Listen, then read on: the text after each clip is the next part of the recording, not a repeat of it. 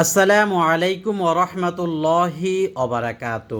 প্রিয় দর্শক, আপনি 5 ওয়াক্ত নামাজের পরে মুনাজাত দিয়ে এবং বিভিন্ন আমল করে কিভাবে আল্লাহ পাকের নিকট উপস্থাপন করবেন বা মুনাজাতে কি বলবেন, এমন 10টি বিষয় আজকের ভিডিওতে আমি আপনাদেরকে বলে দিব। এবং মুনাজাতের শুরুতে কি দোয়া পাঠ করবেন আমি আপনাদেরকে সহি শুদ্ধভাবে দোয়াটি বলে মুনাজাতটি শেষ করব। তো প্রথমেই চলুন আমরা মুনাজাতে 2 হাত তোলার সময় এই দোয়াটি শিখে নেই।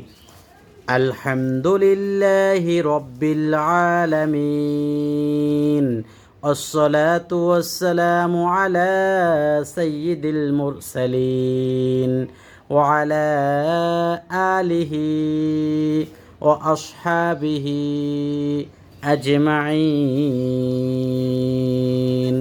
তারপরে এই দোয়াটি আমরা পাঠ করব। রব্বানা লা তুজিগ কুলুবানা বা'দা ইয হাদাইতানা ওয়া হাব লানা মিন লাদুনকা রাহমাহ ইন্নাকা আনতাল ওয়াহ্হাব। হে আল্লাহ, তুমি আমাদেরকে হেদায়াত দান করার পর আবার আমাদের অন্তর সত্য বিমুখ করো না, মানে ভালো পথে আনার পর আবার খারাপের দিকে দিও না, এবং তোমার নিকট হতে আমাদেরকে রহমত দান করো, তুমি সবচেয়ে বড় দাতা। সুবহানাল্লাহ। এটি পবিত্র কোরআন কারিমের শেখানো বর্ণিত দোয়া। আমরা মুনাজাতে এই দোয়াটি পাঠ করব। অতঃপর বাংলায় এই 10টি বিষয় আল্লাহর কাছে বলবো। আপনি মুনাজাতের আগে নামাজ পড়ছেন বা বিভিন্ন আমল করেছেন, সেই আমলগুলোর কথা বলবেন যে ইয়া আল্লাহ, তুমি আমার আমলগুলোর ভুল ত্রুটি মাফ করে আমি যে নামাজ পড়লাম এবং সূরা ফাতিহা, সূরা ইখলাস, বিভিন্ন আমল, দোয়া, দুরূদ, তাসবিহ, তাহলিল পাঠ করলাম, এগুলো যত ভুল ত্রুটি আছে মাফ করে তোমার দরবারে কবুল করে নাও, এবং এর হাদিয়া নবীজি সাল্লাল্লাহু আলাইহি ওয়াসাল্লামের রওজা মুবারকে পৌঁছিয়ে দাও। নবীজি সাল্লাল্লাহু আলাইহি ওয়াসাল্লামের উসিলায় তুমি কবুল করে নাও।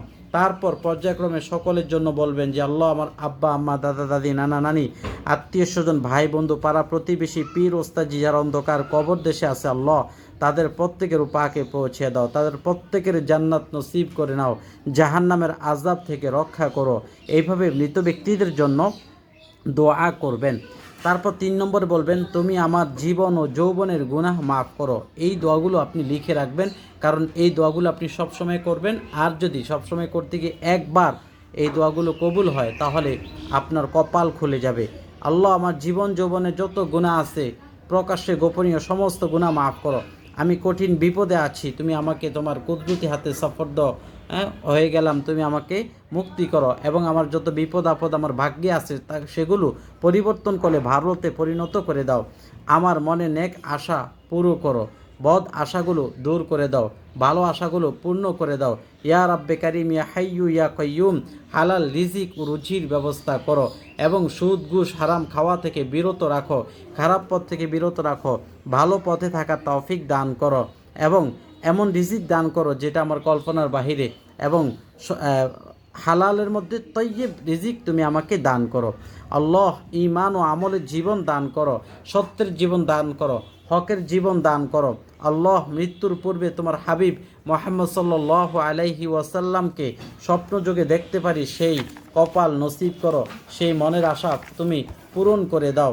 আল্লাহ, নবীজি সাল্লাল্লাহু আলাইহি ওয়াসাল্লামকে স্বপ্নে দেখিয়ে জীবনের গুনাহ মাফ করে রমজানের শুক্রবার নামাজ কোরআন পড়া অবস্থায় ঈমানের সাথে মৃত্যু নসিব করে দাও। আল্লাহুম্মা আমিন। আল্লাহ, পরকালের প্রত্যেকটা ঘাটি সহজ করে দাও। আমার কবর, হাসর, মিজান, ফুলসিরাত যতটা ঘাটি আছে, রোজ কিয়ামতের প্রতিটা ঘাটিতে আমাকে সহজে হিসাব নিকাশ করে জান্নাতে নবীজি সাল্লাল্লাহু আলাইহি ওয়াসাল্লামের সুপারিশ পেয়ে যেতে পারি সেই তৌফিক দান করো, এবং ডান হাতে আমলনামা দিয়ে আমাকে জান্নাতে যাওয়ার রাস্তা নসিব করে দাও। আল্লাহ, মসজিদ মাদ্রাসার পাশে যেন আমার কবর হয়, সেই নসিব আমার করে দাও। অতঃপর আপনি মুনাজাতের সর্বশেষ এই দোয়াটি পাঠ করে শেষ করবেন। সুবহানা রাব্বিকা রাব্বিল ইজ্জাতি আম্মা ইয়াসিফুন